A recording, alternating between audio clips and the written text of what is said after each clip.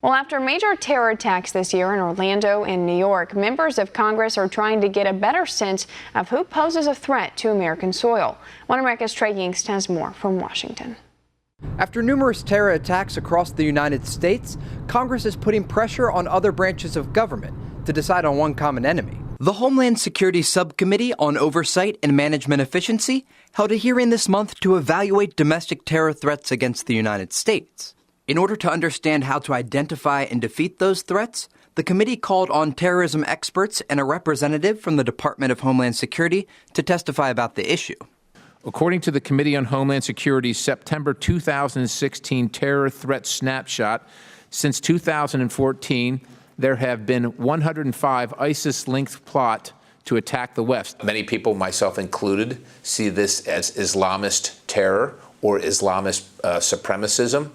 But once again, the administration and the president and Secretary Clinton and the foreign services refuse to call it that, yet that's the one commonality, that's the one common thread around the globe in the United States now with all these recurring attacks. Congressman Scott Perry of Pennsylvania is urging fellow lawmakers and the executive branch to agree on who the enemy is when it comes to terrorism. He believes the goal should be to first identify and then defeat radical actors who wish to destroy the West. How can you defeat the enemy if you can't identify the enemy? And it's important to be able to identify and differentiate between this individual or this group of individuals, this ideology, and this one over here. And that was the purpose, essentially, for the hearing, is to try to get those facts, try and get us on the same page. As chairman of the Homeland Security Subcommittee, he hopes to bring the executive and legislative branches together through understanding and common sense politics. Perry, who served overseas in Iraq, understands that only a small percentage of Muslims end up radicalized.